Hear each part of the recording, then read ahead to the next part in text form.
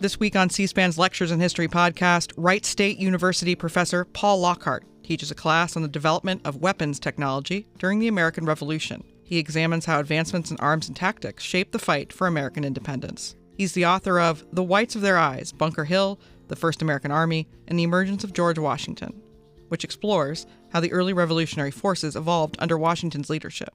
And a note to our listeners, with the academic year now wrapped, Lectures in History will pause new episodes until September. Over the summer, we'll revisit some of our most engaging past lectures and other history-related content. This episode was recorded in February of 2023. More in a moment.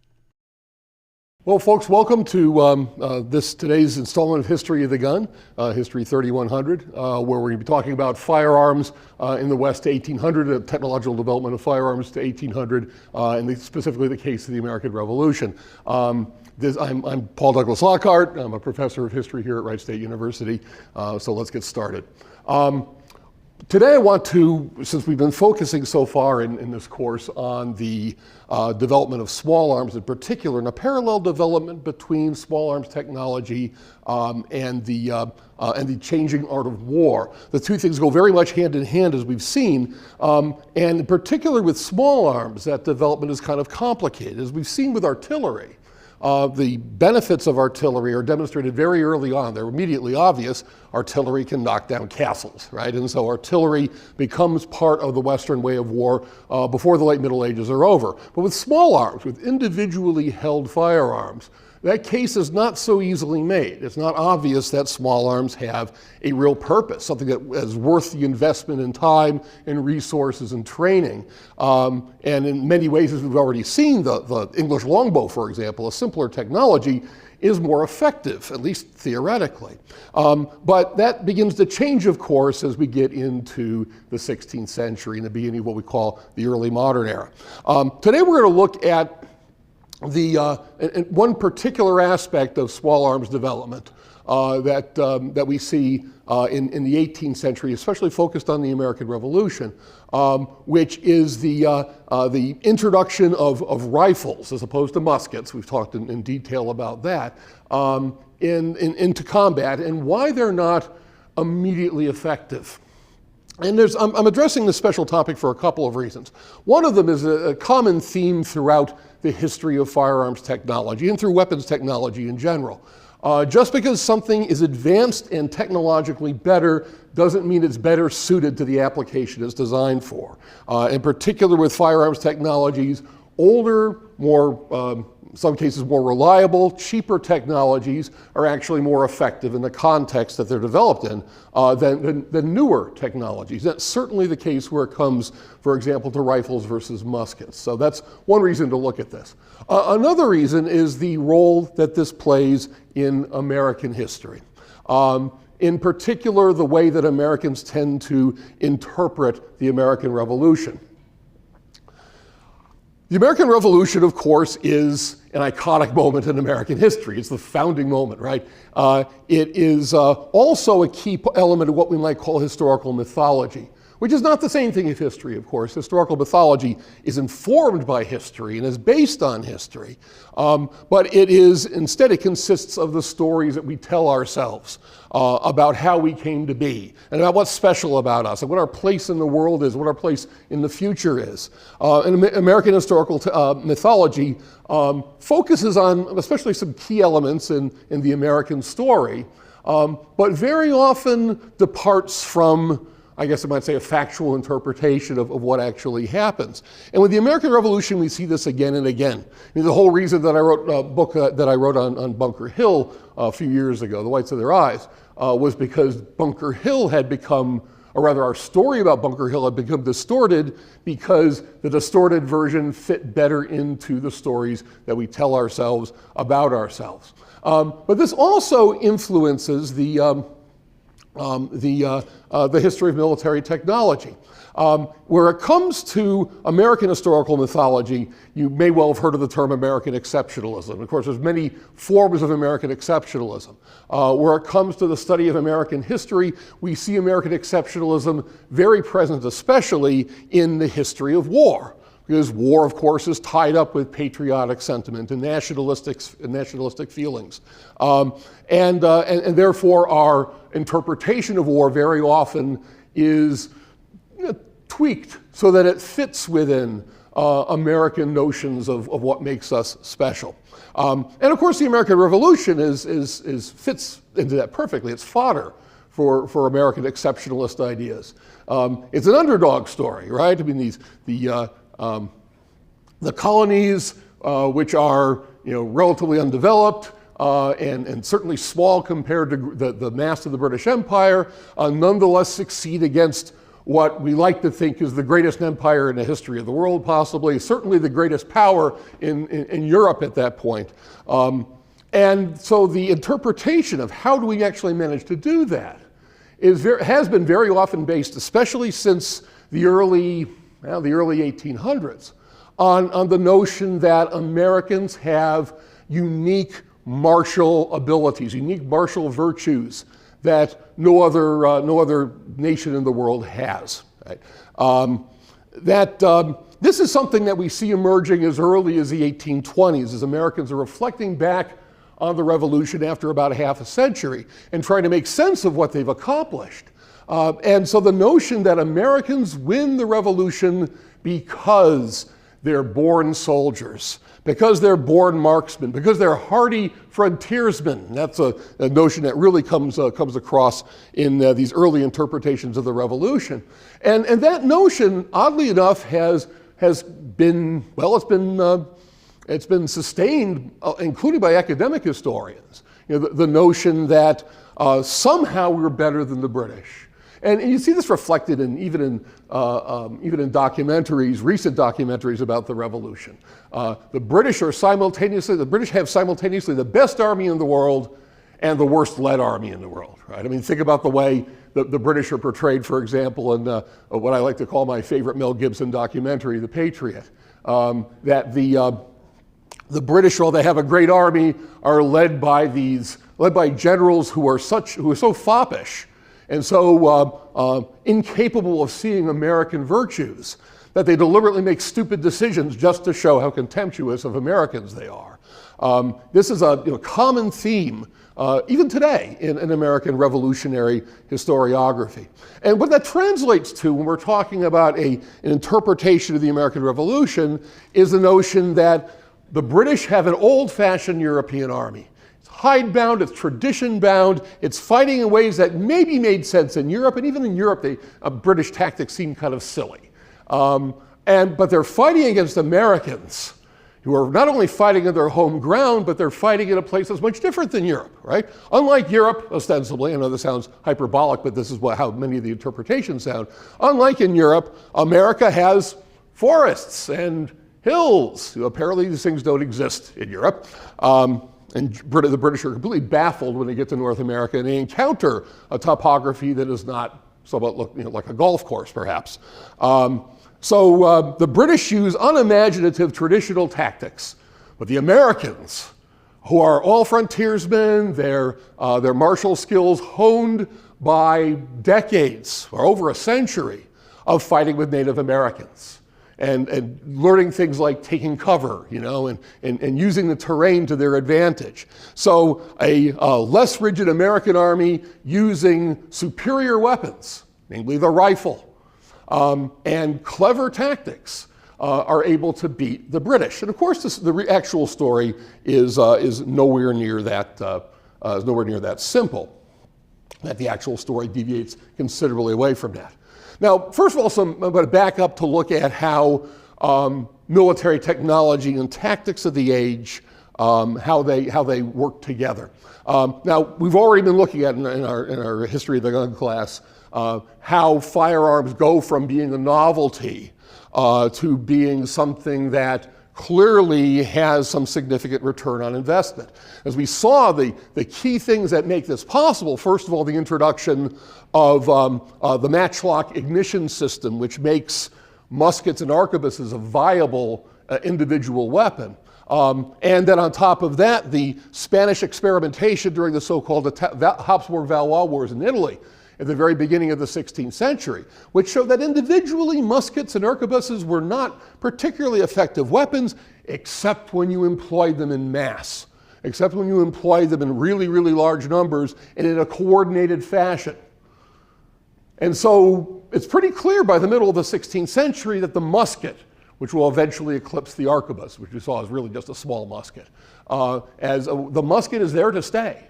The musket provides the ability of breaking up the cohesion of enemy units at a distance before you close physically with them.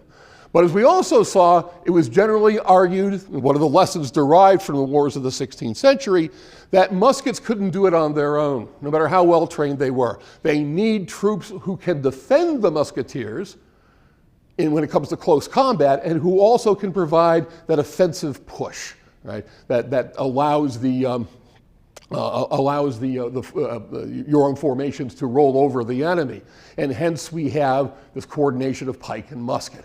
And the beginnings of the transition of the individual fighting man from warrior to soldier, from an individually trained person who is trained to fight on his own to a man who is trained to fight as a cog in a machine, as part of a unit. And that's where we are in the 16th and early 17th centuries. And the reintroduction of drill, of the notion of being able of using regular practice to coordinate the individual soldiers with the manipulation of their individual weapons, and to move and to change formation in large groups, makes the coordination not only of pike and musket possible, but the employment of large units, of large formations that can change formation as the situation requires. Remember the tercio, the Spanish, the really blocky kind of Spanish infantry formation, which isn't designed to change its shape during the course of battles, replaced by military formations. Again, we're talking here specifically about infantry, about foot troops with individual weapons, and including small arms. Units that are designed to be able to move from a block to a line, or to face to the right or to the left quickly to accommodate changes in the flow of battle.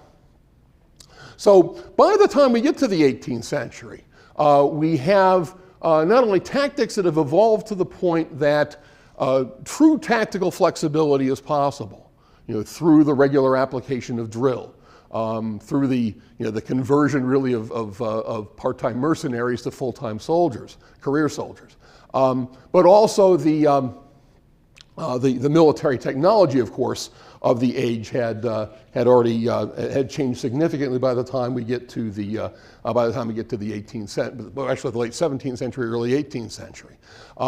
So as that happens, as the rate of fire increases, remember for the matchlock musket, we're talking about 1 round a minute. For flintlock muskets, a good practical figure is about 3 rounds per minute. As I pointed out before to this class, that doesn't sound like much, but it's an effective tripling of the rate of fire. Right?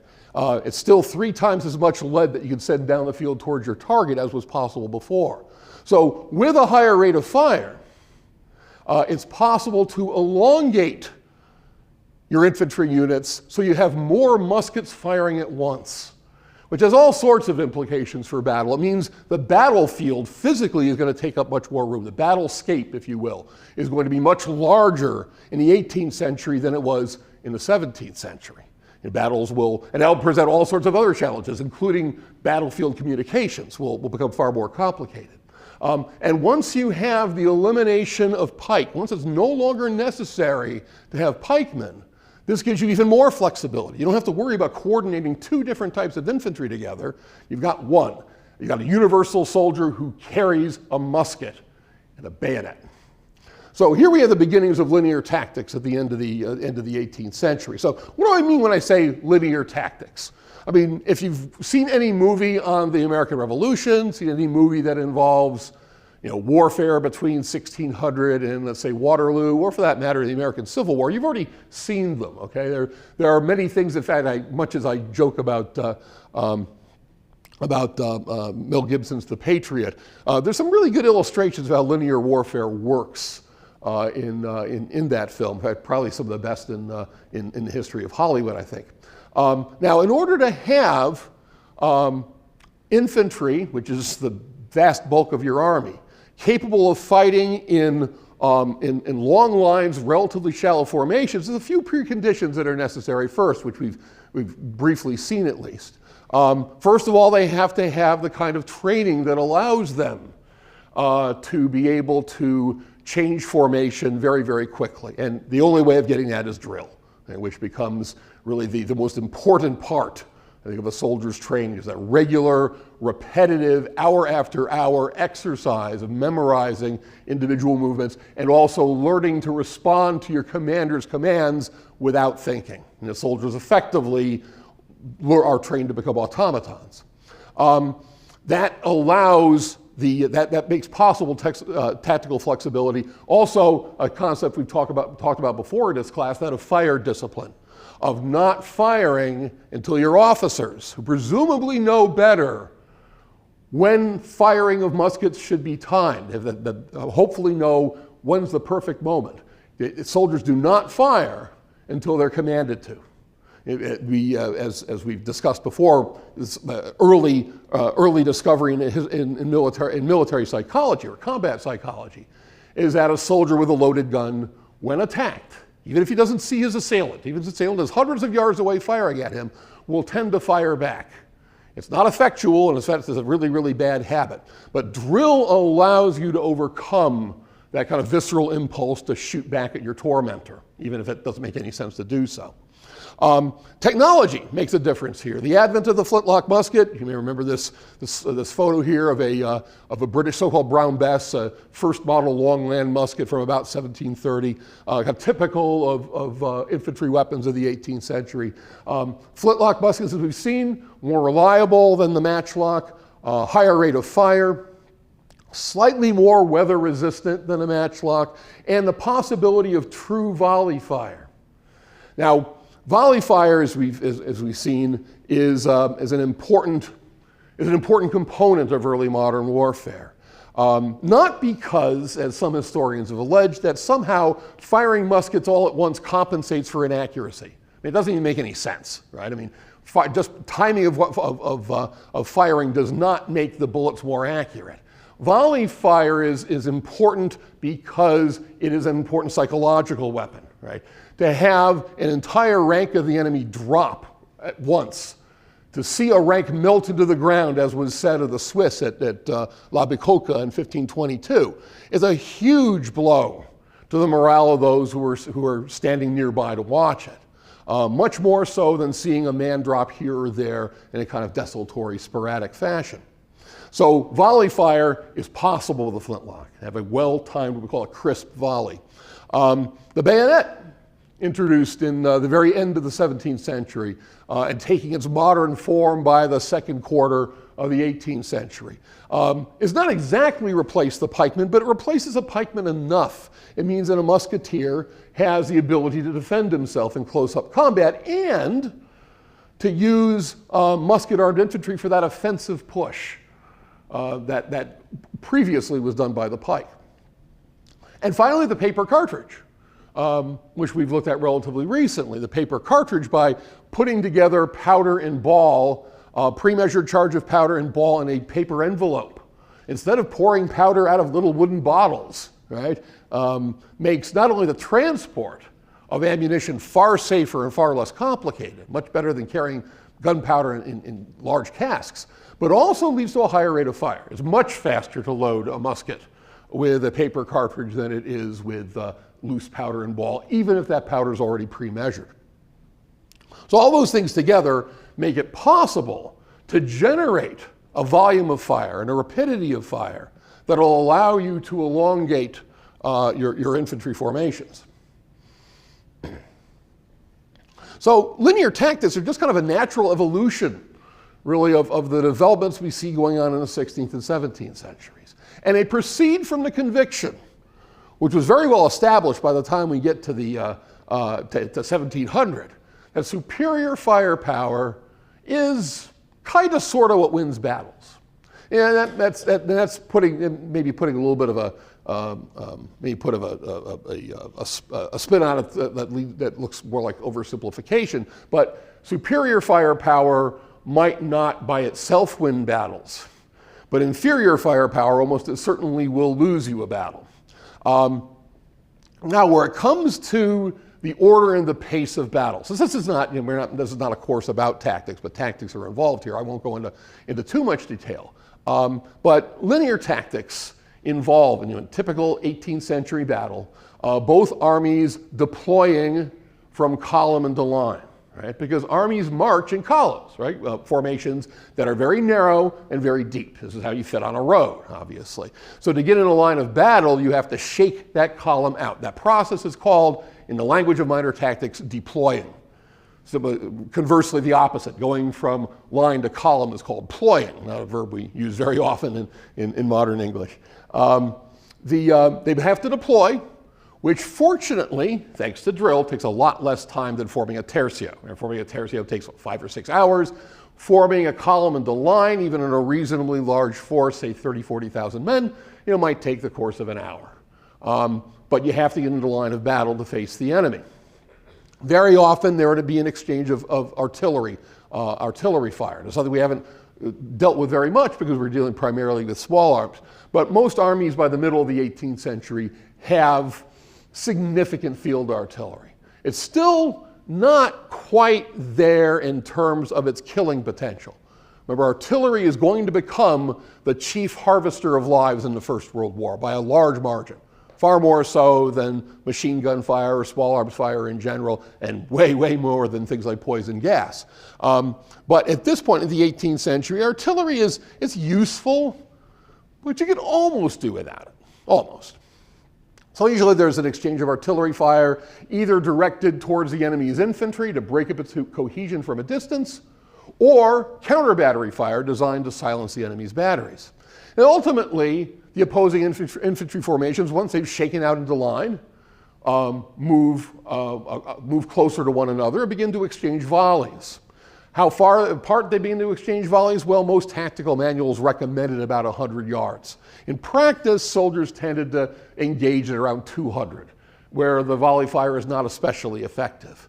But we call that that tactical sweet spot between 100 yards and 80 yards, where muskets were truly effective. Where they first became truly effective. That's usually about the distance that armies were standing from one another. Now, this seems, of course, ridiculous when we see it, especially when we see it portrayed, like in the movie The Patriot, that armies just seem to be just standing across from one another and standing there while the enemy fires upon them. But again, you understand, this is partly the nature of the nature of the weaponry and the nature of the soldiery determine this, as we'll see shortly. You can see here, though, why it is that drill and aiming for the highest rate of fire possible is so important. So if you can get more volleys on the enemy than he gets on you, there's a possibility of breaking up his cohesion, or making the enemy weak and unsteady so that you can proceed, therefore, with the inevitable bayonet assault. Okay? So after you've had some trading of musket volleys for a while, eventually there will be an assault with a bayonet. Or a cavalry charge. Cavalry, when it's somewhat de-emphasized in the 18th century, is still kind of important.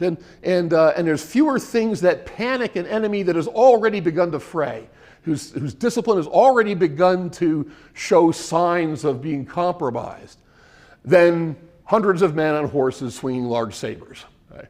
That's even more frightening than infantry moving at you with leveled bayonets. But even then, when you have an advance, especially with infantry, they tend to be fairly slow. Here's another movie reference. This one's probably beyond, I imagine, most of you. Some of you may remember or may have heard of an old flop of a movie called Barry Lyndon, which Stanley Kubrick produced, I think, in 1975. So it's in the range of what my son calls old movies now.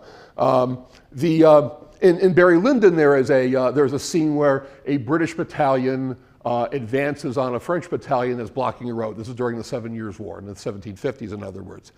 And the British are marching to the tune of the British Grenadier, but they seem to do so kind of slowly, at a pace of around, I timed it once, a pace of around 80 to 85 steps per minute.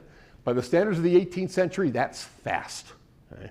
You want to keep it down to about 60 paces a minute, because when you start getting too fast, the formation begins to break up. Right? If you go to a dead run, formations just simply fall apart. And it's important in the mindset, the tactical mindset of the period, for your troops to hit the enemy line simultaneously. Right? Not just in drips and drabs, but all at the same time. All men with leveled bayonets hitting the enemy simultaneously. So a slow pace is kind of necessary. And these are the things that make linear warfare look like some kind of polite dance or a ballet, as one historian put it. But it's not, and this is one lesson I've derived from teaching military history for many years, is that when we see a tactic or a military practice that doesn't seem to make sense to us, it seems silly, it's rarely because it is silly. It's usually because we don't understand the context in which it arises. And usually, where it comes to matters like tactics, there's a rationale behind them. And if we don't understand that rationale, it's on us as historians, not on the people who actually practice that. So why linear tactics? If we're looking at these seemingly formal, almost choreographed movements, when we see troops standing within 100 yards of each other, just blowing each other to bits with musketry, why are they doing this? Well, again, the volley fire and the massed formations simply proceed from the notion that, first of all, musketry does its best damage at 100 yards or less. Actually, it does its best damage, of course, at point blank. Remember, point blank being the point, point blank technically, when we talk about firearms technology, point blank is the point at which the bullet begins its descent to earth. In other words, where gravity begins to act on the flight path of the bullet. A point blank for a musket, roughly about 25 yards, 50 yards, and maybe tops. This is where the musket is most effective. And if you want to get the fastest result in breaking up enemy cohesion, you want to get as close as possible. The advantage you will hopefully have over your enemy is that you can load and fire faster. And this becomes almost an obsession with European armies during the course of the 18th century, to get to load and fire faster than any enemies. There are a lot of very jealous foreign observers who were observing Prussian garrison troops during the reign of Frederick the Great, Frederick II, King of Prussia, from 1740 to 1786. When they would do their public demonstrations of drill, they showed that they could actually load and fire 5 to 6, on one occasion even 7 rounds in a minute. Now, that's bordering on ridiculous. It's indeed possible. I've seen a guy fire a smoothbore flintlock musket 5 rounds a minute. I know it can be done. But in combat conditions, when you're being shot at, when you're really, really hot and you're uncomfortable and you're possibly wounded, 5 rounds a minute really is not realistic. But nonetheless, European armies strive to be able to get to the highest rate of fire possible.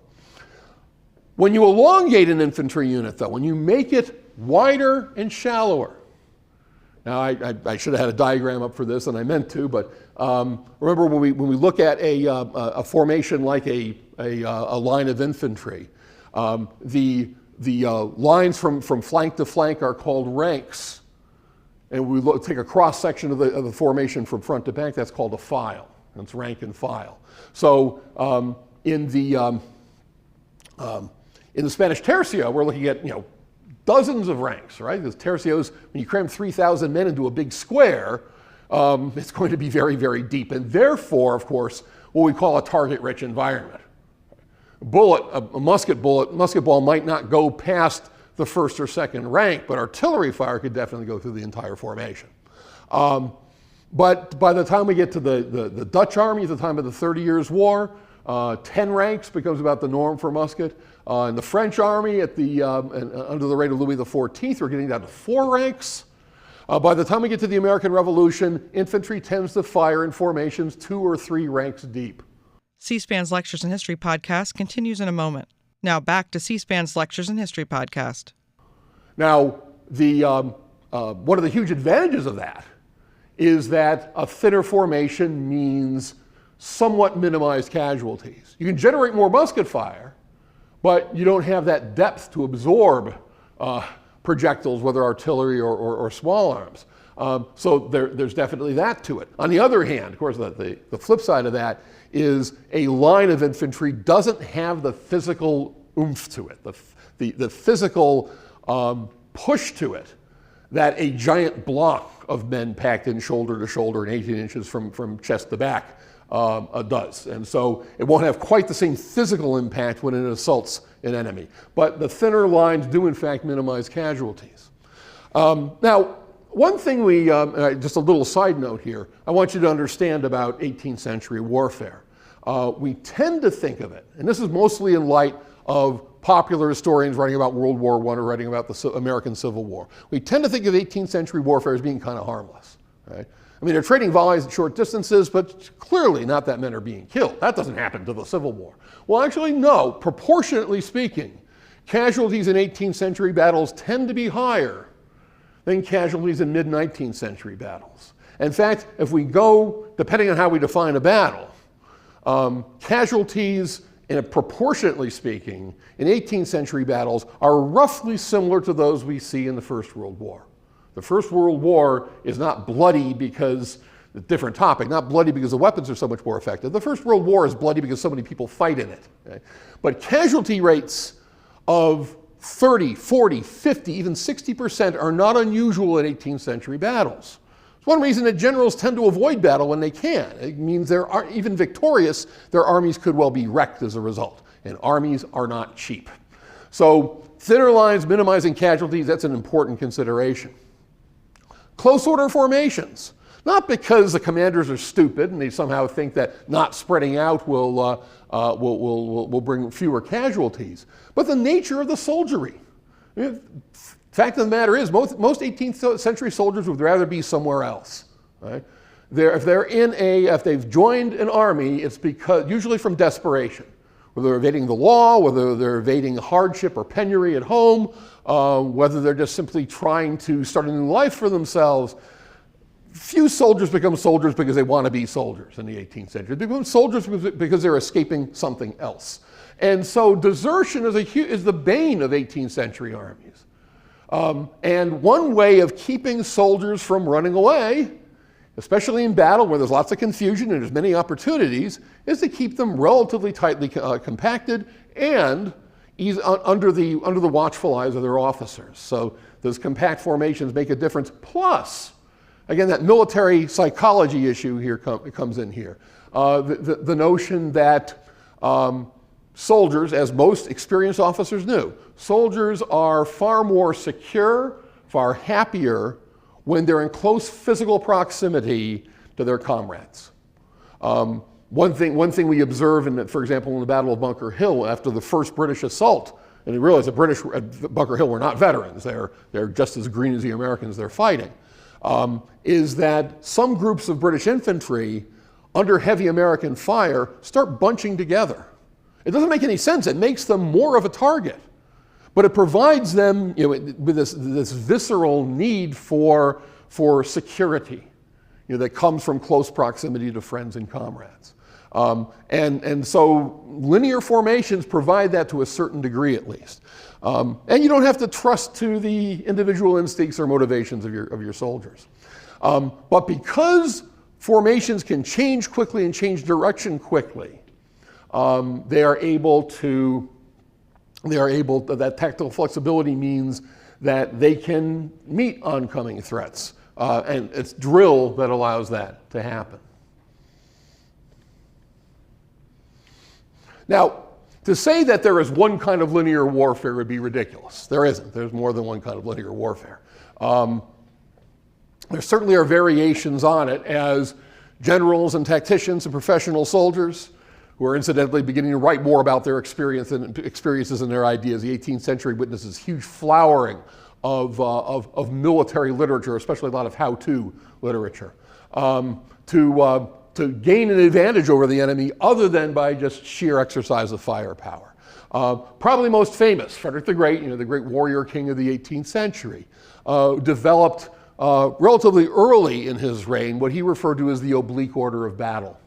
And all it means is that you try to find a way of getting around the enemy's flanks.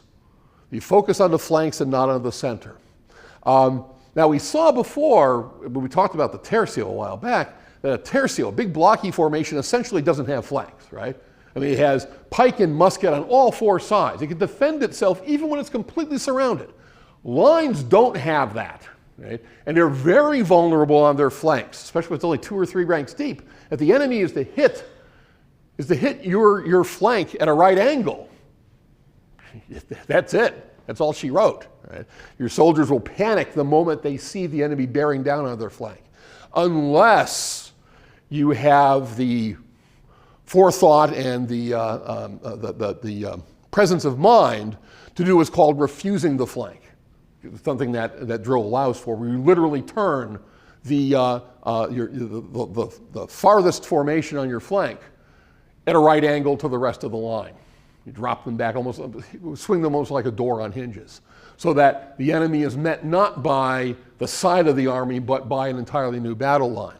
But Frederick the Great, in several cases, but especially his masterpiece battle, the Battle of Dayton in Bohemia, in Silesia, in December 1757, that his little and exhausted army that had just marched back from the western part of the Holy Roman Empire, having defeated a French army, moves rapidly east and encounters a large Austrian/Holy Roman Empire army, nearly 3 times its size.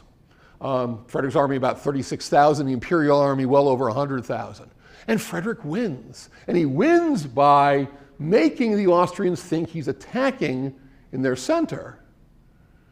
But at the same time, he's moving the bulk of his force by taking advantage of hilly terrain off to the Austrian left.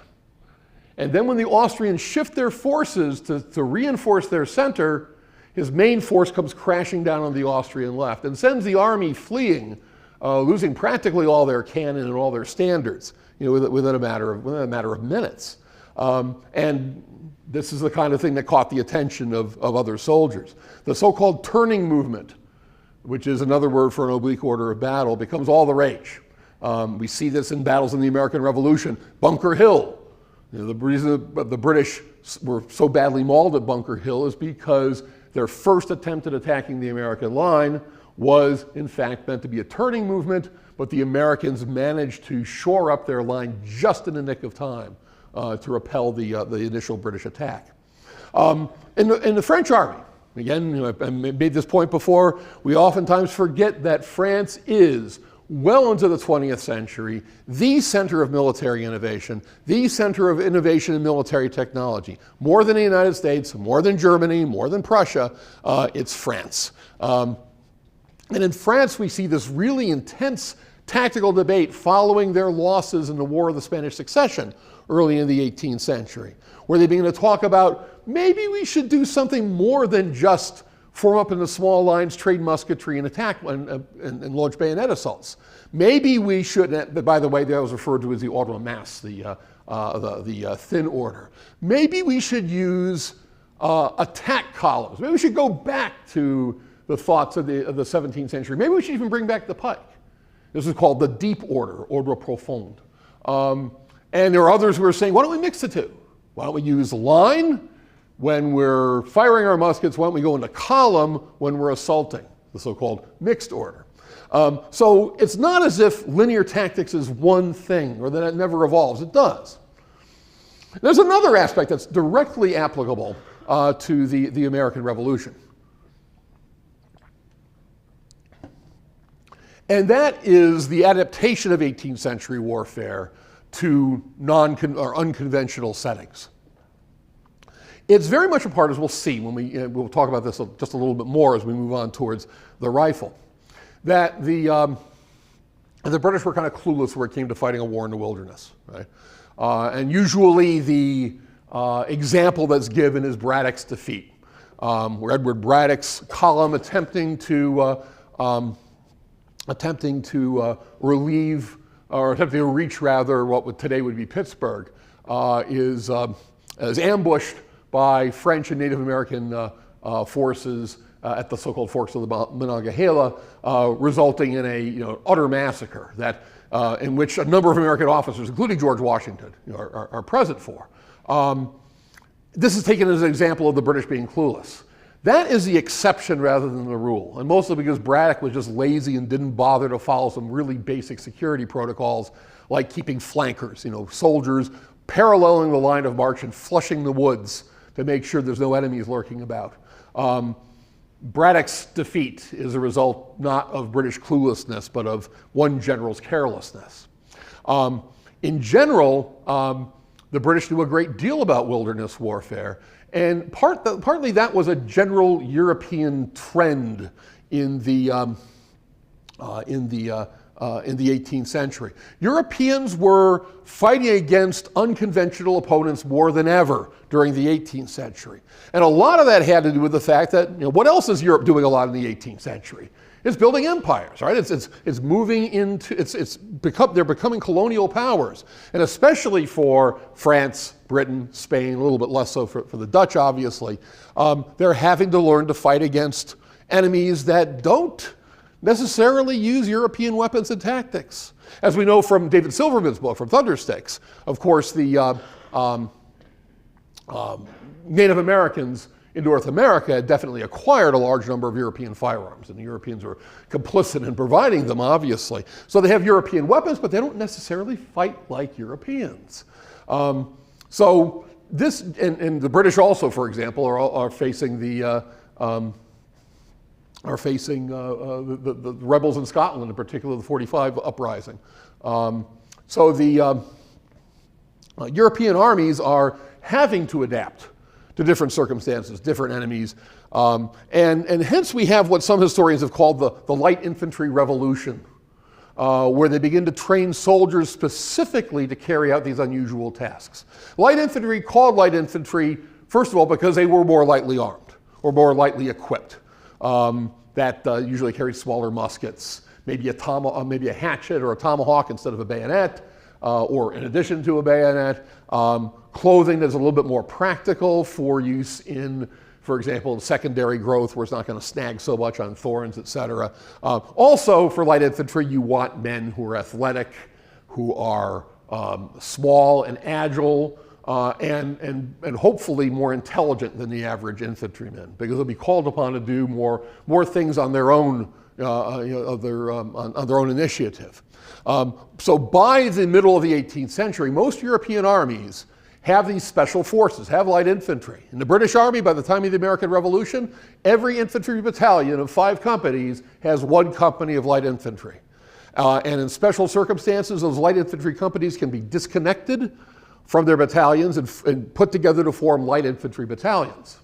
But almost every European army has light infantry trained to fight as regular infantry. They can fight in line also, but also trained to go off on their own, to skirmish, to operate in small groups under minimal supervision, which is why you want really trustworthy soldiers, obviously, to do this. To take cover, to perhaps practice more in a way of marksmanship than ordinary soldiers would. So the British experience is probably the most intensive. We oftentimes forget that although the British are not the ones who really start the light infantry revolution. I would say that's primarily the French and the Austrians, actually. But they're certainly the ones who have perfected it the most by the time of the American Revolution, because the British are fighting a lot of unconventional enemies in Scotland, in the Scottish Highlands, and in North America. The early colonial wars in North America, for example, those fought around Massachusetts Bay Colony and Connecticut, and those fought around the Jamestown settlement in the growing Virginia colony, yes, are done primarily by the colonists themselves. But by the 18th century, that has changed dramatically. And it's primarily British conventional forces that are in North America fighting against the French and fighting against the Native American allies of the French. So there's lots of experience. The British are eager for that experience. This is not an army that is ignorant of wilderness warfare, in short. They've, in some cases, for example, the British have deliberately sought out opportunities for collaboration with colonists who have a lot of experience fighting against Native Americans. Probably the most famous example, we remember Rogers Rangers, which was a provincial unit raised during the 7 Years' War, we call the French and Indian War in the United States, which was, again, made up of primarily frontiersmen from the British colonies in North America. But the British were actually allowing British infantry officers to serve in Rogers Rangers as non-commissioned officers and as privates, as enlisted men, just so they could learn the techniques of wilderness warfare. So the British were past masters of this. And the men who would lead the British Army in the Revolution, here I'm looking primarily at Sir William Howe, who will become the main British commander in North America from the end of 1775 until Clinton takes over a few years later. And then Thomas Gage, the British commander in Boston when the Revolution begins, were both thoroughly familiar with American warfare. They even liked Americans. I mean, Gage was married to an American woman. But both Howe and Gage Gage was present at Braddock's defeat. Gage, in fact, got permission to raise a full regiment of light infantry. And William Howe wrote extensively on irregular warfare and, in fact, conducted regular light infantry exercises on Salisbury Plain in England in the early 1770s. I mean, these men are at the top of their craft. So Britain is not unprepared to fight a wilderness war. Really the long and short of it. So why then do we tend to think that they're not? And how do we compare American forces to the British during the course of the American War for Independence? Well, excuse me. First of all, I reiterate, this is really the popular perception, because of American national mythology, that has come down to us about American military capabilities in 1775. The notion that colonists were well suited to war because Americans were by their nature inherently superior soldiers. That Americans were familiar with firearms more than Europeans were. That gun ownership was common, and that guns were commonly used because they're necessary tools in frontier life. Right? You need them to hunt, and you need them to fight off hostile Native Americans. Right? That Americans had extensive experience in combat, in particular during the 7 Years' War, in the French and Indian War. And that experience, either direct or vicarious, translates into American martial know-how in 1775. That some of the colonies had viable militia systems, by far the best example being Massachusetts, which had about a reasonably well-prepared militia system by 1774. And that Americans had their own weapon, namely the rifle. And while we know, of course, that the musket is by far the most common weapon used by Americans during the Revolution, still this notion persisted for a long time that the rifle, without getting into too much detail, because I know we've gone over rifling a lot, that has grooves cut into the bore, into the interior of the barrel, so that when a projectile engages with the rifling imparts a spin when the weapon is discharged. And that spin gives the projectile greater accuracy, greater range, and greater hitting power. The downside, of course, being that having to engage the rifling means that there has to be a lot of friction between bullet and bore, which makes loading from the muzzle very, very difficult, very, very laborious, especially after you've fired the weapon for a while. But nonetheless, Americans preferred the rifle. That's the notion, at least, and they're reasonably skilled in its use. The reality is a bit different. Firearms were, in fact, common in colonial America, but they weren't used a lot. And it's partly because, kind of skipping down to the third point here, not that many Americans live on the frontier. There really aren't that many frontiersmen in colonial North America in 1775. You certainly can't call that mass of humanity that descends on Boston after the battles of Lexington and Concord and forms kind of a semblance of an army. You can't call them frontiersmen. They're farmers, they're school teachers, they're shopkeepers, they're anything but frontiersmen. Few of them have seen a Native American in their entire lives, much less a hostile one. And if there's a gun around the house, it's either the one that Grandpa brought home from the siege of Louisbourg in 1744, or it's the one you keep around the house to put down a mad dog or a wounded horse. Right? Yeah, farmers need guns very often, right? But you don't use it to fight against Native Americans because that just isn't happening except on the actual frontier. So when it comes to Massachusetts, if you're familiar with Massachusetts at all, frontiersmen come from the Berkshires, right? They come from the mountains. They don't come from Boston or Shrewsbury or even Springfield. They come from the far west. So most Americans have very little experience with firearms. When I wrote my book on Bunker Hill, one thing I kept running into was American soldiers with guns for the first time, guns and ammunition. And they're shooting them off at night when they get drunk. And they're trying to start their cooking fires by using the flintlock mechanisms, usually with bad results. And by far the largest number of men admitted to hospitals in the American Army in 1775, after those who were there for mostly epidemic disease, especially smallpox, were victims of gunshot wounds inflicted by themselves. Okay? They're not suicide attempts. These are just accidental discharges. Americans had no idea what they were doing with weapons most of the time for most of settled America. Those on the frontier, that's a different issue altogether, of course.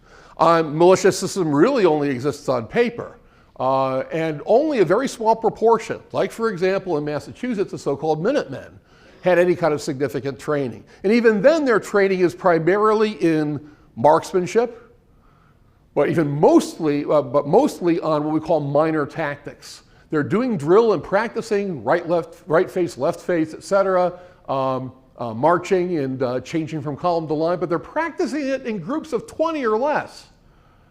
And it doesn't take a big stretch of the imagination to understand why it is that maneuvering with a group of 20 people is somehow a completely different thing than maneuvering with a battalion of 500 men or an army of 20,000 men.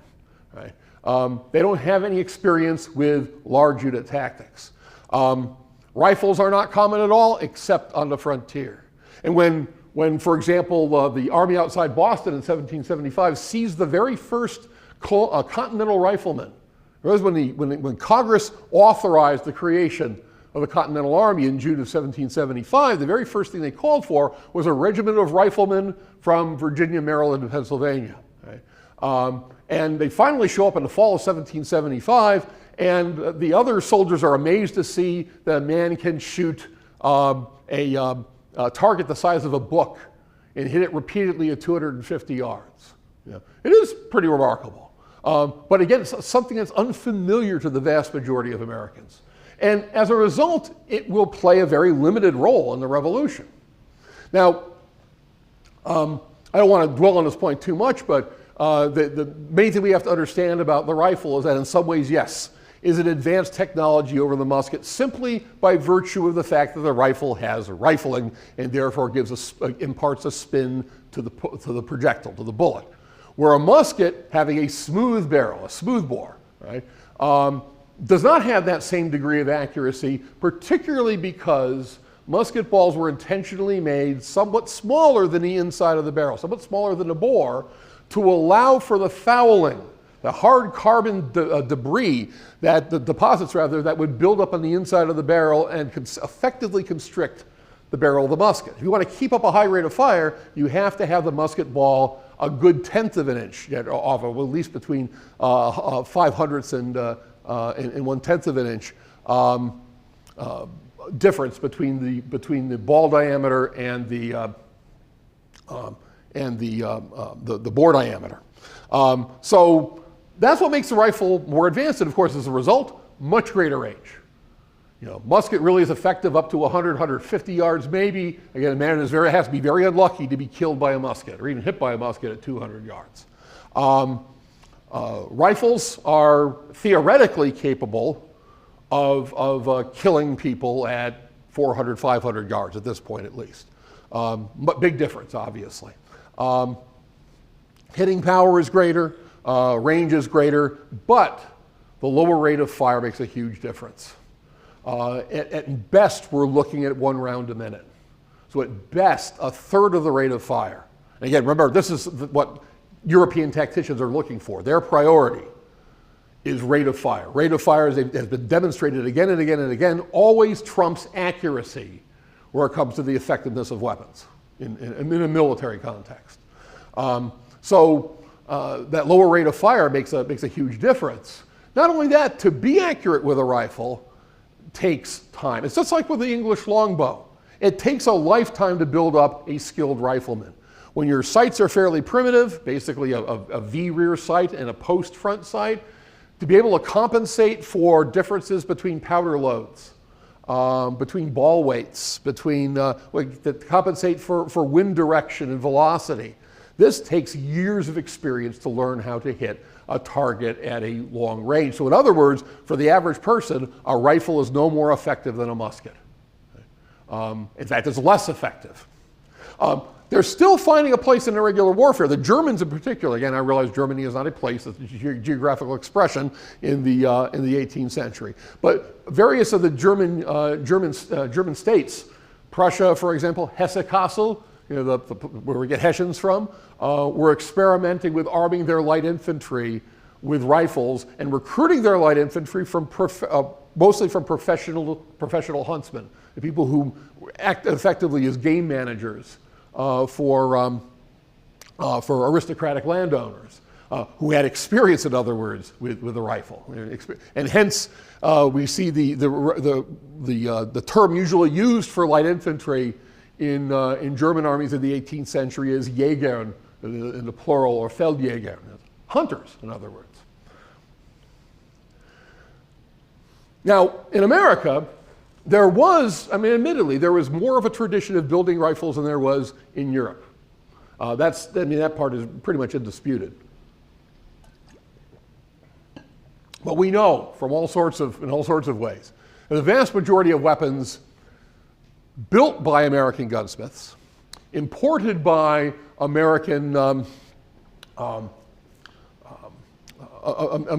importers, used by American families, were smoothbores. The vast majority of weapons in civilian hands were either Fowlers, essentially single-barrel shotguns. These are designed primarily for hunting birds, which means it'd be effectively ducks and geese for the most part, and small game like rabbits. And for that, they're perfectly effective. Or actual muskets, usually older ones, usually muskets that have been captured during one of the many colonial wars. That's why you see a fair number of antiquated French muskets in the hands of colonial New Englanders, for example. And a weirdly large number of Spanish muskets that were captured during the kind of ill-advised British/colonial expedition against Havana in the 1760s. So most weapons in America are smoothbores. Vast majority are smoothbores. On the frontier, in the foothills of the Appalachians, that's where you see rifles.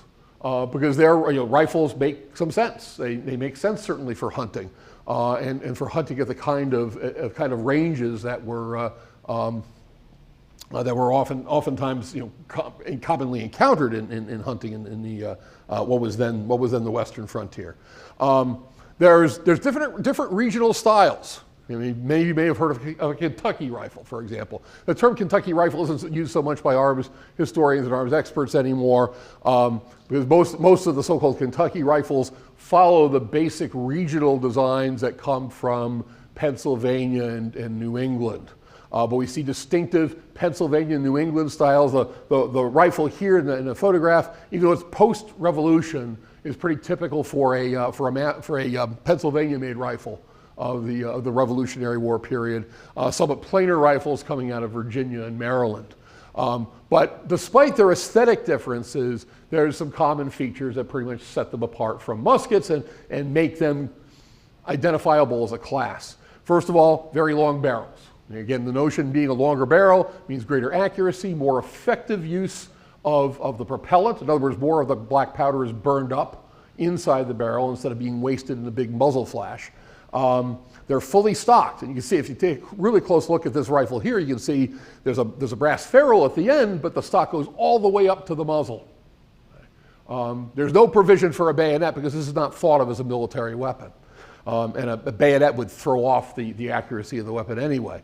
Smaller calibers, it was common in with muskets. They're common at the time. French muskets generally 69 to 70 caliber. British muskets nominally 75 caliber. In other words, 2/3 to 3/4 of an inch. Rifles tended to be 50 caliber or below, which at the time was considered very small. We see some rifles coming out of Pennsylvania with calibers as low as 36. Which is considered tiny at the time. That's a squirrel rifle, right? That's something you use seriously in war. Also, very primitive sights. I mean, it does not allow for windage. They do not allow for range. It's just a V in the rear and a post in the front. And how you adapt to range and climate and wind direction, that's entirely up to you as a rifleman. That's why the rifle, kind of like the longbow, requires, again, a lifetime or something like a lifetime of training. C-SPAN's Lectures in History podcast continues in a moment. Now back to C-SPAN's Lectures in History podcast. Now, we see rifles in the Continental Army nearly from the very beginning. In fact, actually from the very beginning. While there weren't any rifle units in the American Army outside Boston in 1775,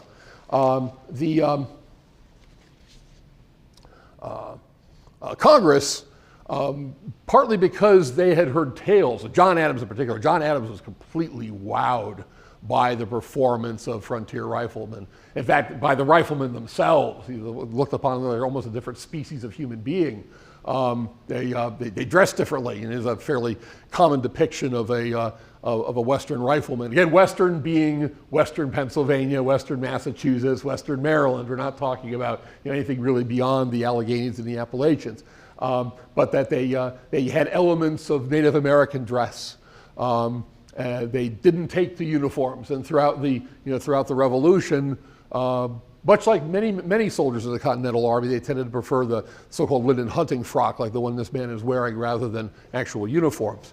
But the Continental Army creates initially 2 rifle regiments to join the.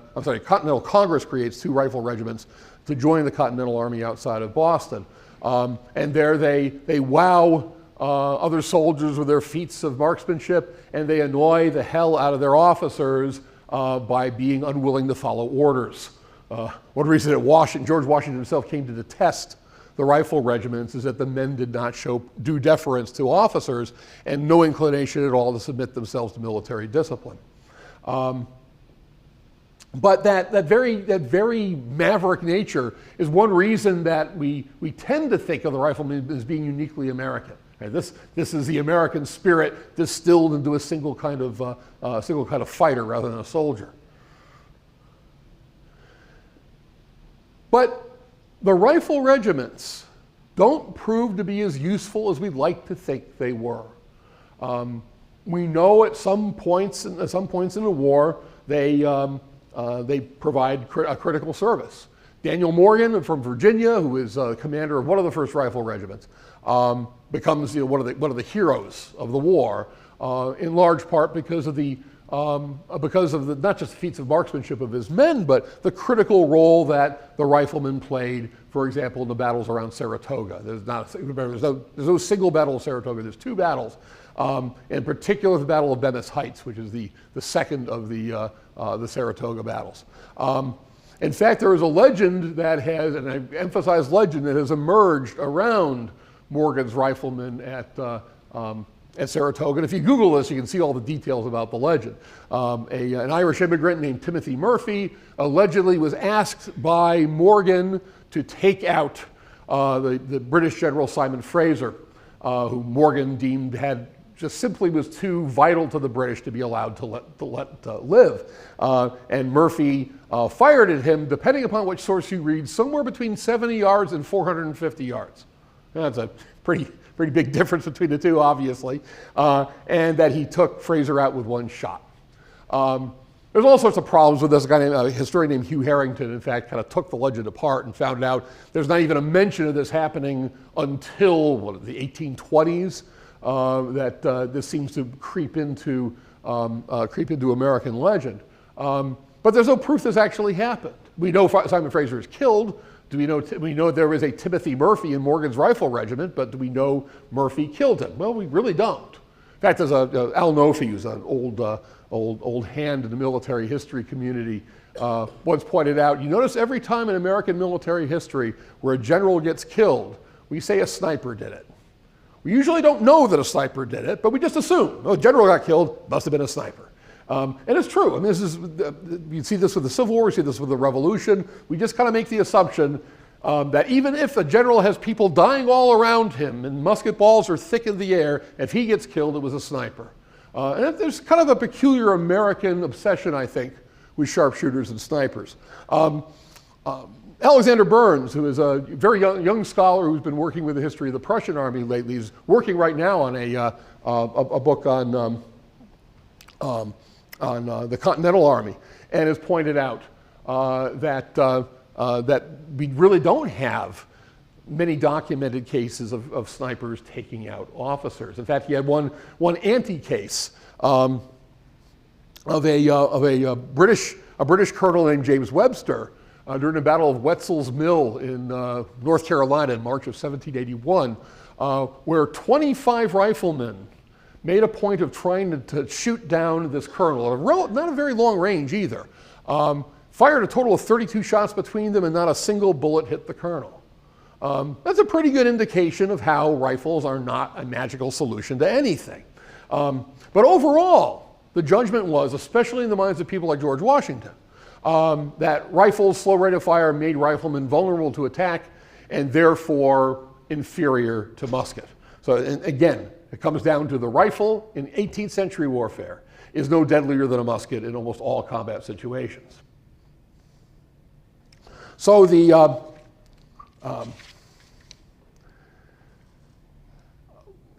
because of this, Washington, who doesn't get probably the credit he deserves as a tactician, at least as a military organizer, understood that rifles really were kind of a waste of resources, that they had their utility, but it was very limited, and continuously throughout the war, the proportion of riflemen in the Continental Army is actually pared back and diminished. And Washington's emphasis was not on rifles, it was on muskets. Washington understood, and this is, again, one of the more important things about Washington's generalship. Washington believed, I guess I should say, that it was important that the Americans develop a European-style army. That Americans would never get any respect, even if they win their independence, they would never get any respect unless they had an army that was capable of going toe-to-toe with the British, fighting the way the British did. And so, hence, Washington's aim throughout the war was to make the Continental Army a European-style army that used European weapons to fight in using European fighting methods, in other words, to fight the way the British did, just to be better at it. And to that end, it's not technology that makes a difference, right? It's discipline. It's not the frontiersman who's going to make a difference. It's the ordinary grunt with a Brown Bess or a French Charleville who is being drilled every day, 8 hours a day with the Baron de Steuben's Blue Book to learn, learn the evolutions of the line and maybe occasionally get some marksmanship practice. What's often referred to as the Reformation of the Continental Army, because although from the very beginning, the Continental Army is indeed practicing drill. There's no system. The Reformation of the Army, which begins with the encampment at Valley Forge in the winter of 1777-78, puts a great deal of emphasis on this kind of training, again, on conventional training. And that's where, the person we oftentimes incorrectly call the Baron von Steuben, but rather the Baron de Steuben, comes in after he comes to the new United States from France in the fall of 1777. The implementation of standardized drill simplified somewhat to eliminate many of the frills that existed in British drill and to emphasize rate of fire again over accuracy. And Washington himself took a direct interest in musketry, frequently giving the instruction that volleys were not to be exchanged farther than 100 yards, even if the British fired.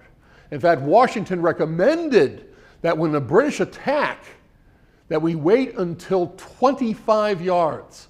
That's asking a lot out of a soldier. Okay? 25 yards before the first volley. His idea being at 25 yards, a volley is going to be so massively devastating that the British will be staggered, if not completely thrown back or even eliminated. We know the Continental Army did not hold to that. In fact, Alexander Burns has pointed that out, that we see a lot of engagements where the soldiers do not obey those instructions. But again, it gives you an idea of what factors account for American tactical success. Not only in Washington's mind, but in reality. And where it comes to infantry combat, that's the musket and not the American rifle. So, what do we derive from this? Well, that Washington, to a certain extent, is proving correct, right? And his adherents, like Steuben or like Henry Knox, are the ones who insisted on having a European-style army rather than a ill-organized bunch of partisans who fought a guerrilla war, which is what General Charles Lee wanted. And by 1779, 1780, that Reformation program had definitely paid off. British and French observers, especially the French, glowed about the performance of American infantry in combat and in drill demonstrations. French repeatedly saying that Americans actually seemed to be as tight at drill as the Prussians were, which was a hell of a compliment, obviously, in the 1770s, 1780s. That's not to say the rifle doesn't have a legacy. Obviously, it has a kind of a mythological legacy, right? This is where it comes to not only American national mythology, but also we might call the lore behind arguments in favor of the Second Amendment. I mean, the rifle, the long rifle is very much a part of American firearms identity, if you will. But there's also some recognition that rifles can occasionally accomplish things. And so it's not that the rifle is discarded after the war. In fact, the British take a greater interest in the rifle after the Revolution. So by the time of the wars with Napoleon, at the end of the 18th century, the British have actually developed a regular rifle corps, including, probably most famously, the 95th Foot, the rifle regiment that is made famous, of course, through the BBC series Sharp's Rifles. But the British had derived that from their experience in the American Revolution. The understanding that this is an auxiliary weapon, it's a specialist weapon for specialists, but it is not necessarily universally applicable. Perhaps the greatest legacy of the rifle has to do with the survival of the technology, because this is going to be the greatest technological challenge and the greatest technological priority of weapons designers and gunsmiths as we go into the 19th century, is how do we harness the accuracy and the range and the power of the rifle and make it load and fire as fast as a musket. That's going to be the principal thing driving firearms innovation really for the first half of the 19th century. As we'll see, while there are some immediate answers, immediate solutions to that question, that very priority is going to have monumental effects, not just on firearms technology, but as we'll see on the nature of warfare, the nature of organized violence in general. So, I think I'll conclude with that. Do we have any questions? Yes. In regards to like rifle technology in the United States versus like muskets in the 1770s, Washington preferred muskets over rifles. Is American industry building muskets, or are they strictly importing and focusing more on rifles? Oh, during the course of the Revolution? Okay. They are producing almost entirely muskets. And these are so-called committee of safety muskets that are mostly commissioned by the individual states. There are a few rifles being made specifically for Army use, but they're very, very few. Among other things, really, muskets are a lot cheaper to build than rifles. Just the process of rifling until we get to the 1830s or so is laborious and time-consuming and therefore expensive. So yeah, and of course importation is going to be the major source. This is why we see, by the end of the Revolution, the Army almost entirely armed with French muskets. Yes? With the differences between rifles and muskets and the different people making them, were there any sort of manufacturers that stood out amongst the other ones that were clearly better, or were they all really just the same?